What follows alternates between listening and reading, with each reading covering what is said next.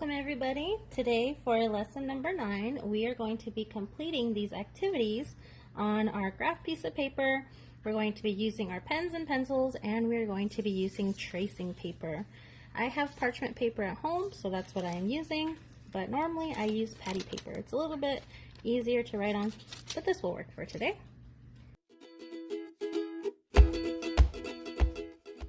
So first, for our warm-up, it says, describe a translation, rotation, or reflection that takes line L to L prime. So I can see that this line right here is L, and we want to move it so it is on top of L prime. So what do you guys think? Do you think a translation, a rotation, or a reflection will take this blue line onto this purple line? Good job. Actually, they all will. If I were to choose this, I would say translation. So what I would do, I would take my tracing paper, I would trace my line L, and I would translate it down. So I'd have to count the number of boxes that I need to go down. If I count 1, 2, 3, I need to go down 3 boxes. So I count 1 box, 2 box, 3 boxes. Now I translated line L to L prime. And if I wanted to label my new points, I would get A prime and B prime. If you guys want to see the other ones, I could also take line L and I could reflect it. So I would draw a line halfway between these two lines, and I would flip it. And once you flip it, you can see that the lines match up perfectly. And last but not least, I could put a point for my center of rotation. I can rotate it 180 degrees, and look, they match up perfectly. So I could have used either translation, rotation, or reflection. All right, number 2. Now it says make a translation, rotation, or reflection to get L to L prime.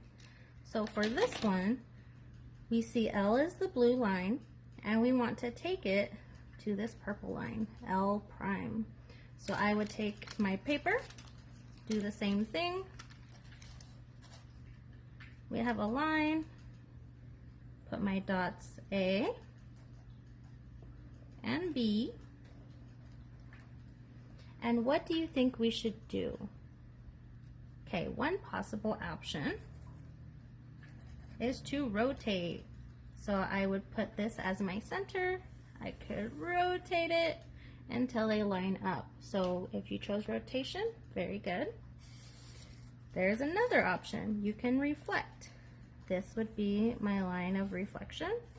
I would flip it, and it would line up perfectly. Now, could I take this and translate it down to get to L prime? Yes or no? I could not. If I move it down, it's never going to cross. So translation is not an option. Now we're going to take a look at some parallel lines. So it says complete the following transformations on the graph below. So we have 3 things that we need to do. The first thing is to translate line A and B 3 units up and 2 units to the right. The second thing is rotate lines A and B counterclockwise 180 degrees using K as the center of rotation. And the last thing is to reflect lines A and B across line H. So first we are going to translate. Let's take our tracing paper, and we are going to trace line A and line B.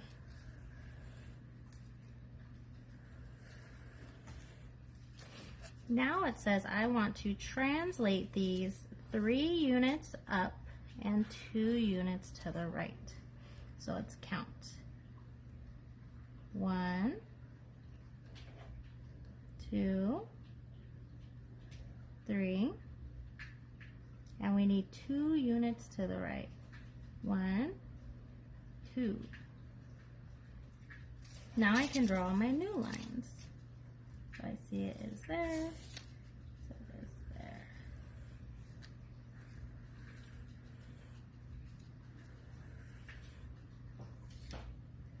Do you think the distance between my original A and B is the same as my new A prime and B prime?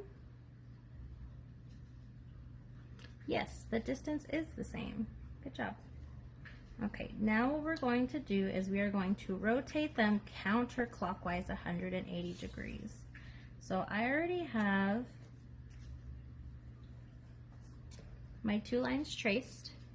Now I am going to put a plus sign here to help me measure 180 degrees. And we need to go counterclockwise. So if we remember, the clock counterclockwise is going to the left. So I'm going to put my pencil in the center. I'm going to rotate once. That is 90 degrees. Then I'm going to rotate twice.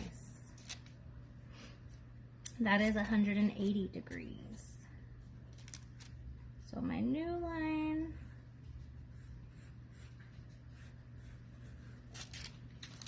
we can go all the way down. And if you guys notice, again, the distances are the same for each one because they are parallel. Okay, so now the last one. Reflect lines A and B across line H. Okay. So lines A and B, we need to reflect across H. So what I'm going to do is I'm going to draw my line of reflection so I can flip my paper. So once it's drawn, flip it, line it up, and now you have your new lines.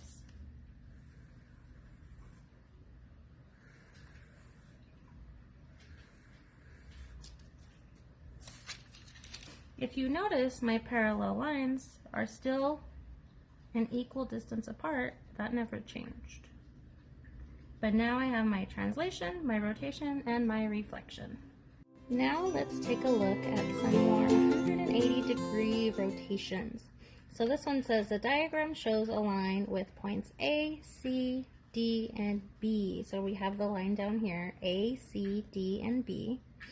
On the diagram, draw an image of the line and points A, C, and B after the line has been rotated 180 degrees around the point. Those new points we will label as A prime, B prime, and C prime, and then we're going to guess what order all of the 7 points are going to be.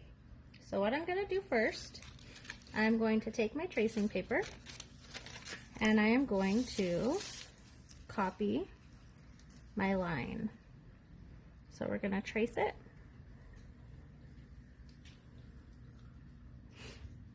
Let's put my point A, my point C, my point D, and my point B. And we want to now, we're going to be creating our new A prime and C prime and B prime. And we want to rotate around the point D. So I'm going to put a plus sign here. When I turn my paper 1 plus sign, that's 90 degrees. When I turn it 2 plus signs, that is 180 degrees. So I want you guys to guess what order do you think the points are going to be in. So we have A, C, D, and B. What order do you think it's going to be in? We're now going to have A prime, C prime, and B prime. Let's take a look. So I'm going to put my pencil on D and I'm going to rotate it 180 degrees. So if I rotate it once, that's 90 degrees. If I rotate it one more time, that is 180 degrees.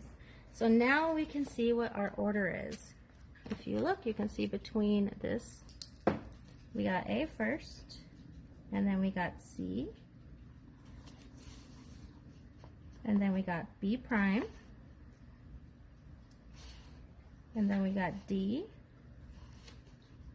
and then we got B, and then we got C prime, and then we got A prime. So this is our new order. If I put them over each other, you can see them. This one kind of falls off the edge. But we got A, C, B prime, D, B, C prime, and A after a rotation of 180 degrees. Let's rotate 180 degrees one more time. So this one says, this diagram shows a line with points A and C on a line. Okay, so we have A and C on a line. And line segment AD, where D is not on this line. We are going to rotate this figure 180 degrees around point C. We will label our new image as A prime and D prime, and then we're going to see what that looks like. Okay. Okay, so let's draw our line.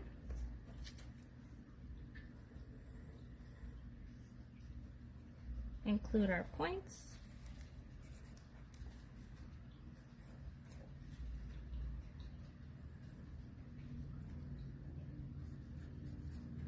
Put our plus sign here so we know how to do our 180 degrees.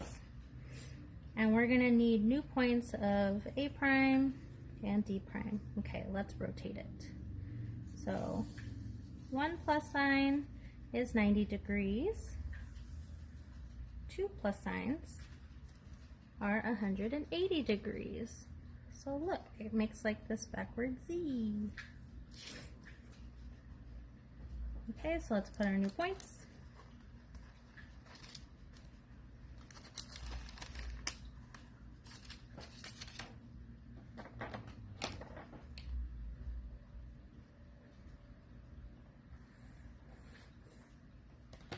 So we got A prime, A prime, and D prime. So now my question for you guys is, what do you know about the relationship between the angle CAD, so CAD, what do you know about this angle and angle CA prime D prime, so CA prime D prime? What do you know about those two angles? Well, since we rotated it, and we know when we do a rotation, which is a rigid transformation, the angles stay the same. So whatever angle was up here, when we rotated it, it's the same angle down here, so we can say the angles are congruent, or the angles are the same. Now this one is really cool. So it says, take the diagram that shows these two lines, line L and M, so this is line L, and this is line M. They intersect at point O with A on line L and D on line M. We're going to rotate this figure 180 degrees around O, and we're going to label our new A as A prime and the image of D as D prime. Okay, so this one, really cool. So what we're going to do, we're going to label our points, we're going to trace them,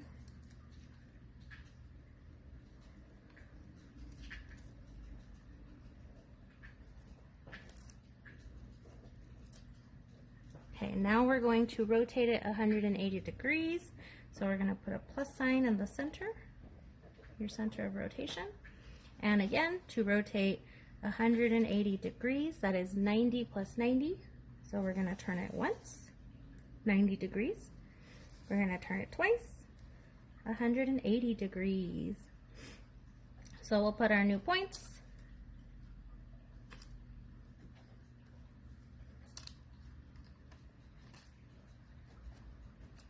This is A prime and D prime.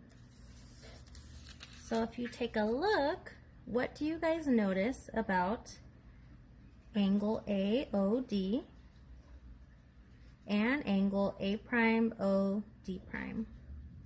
What do you guys notice about those?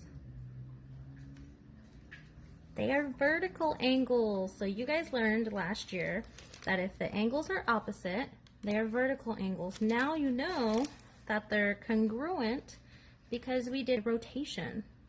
So by doing a rotation, the angles stay the same, and that means they're congruent. I think that's really cool.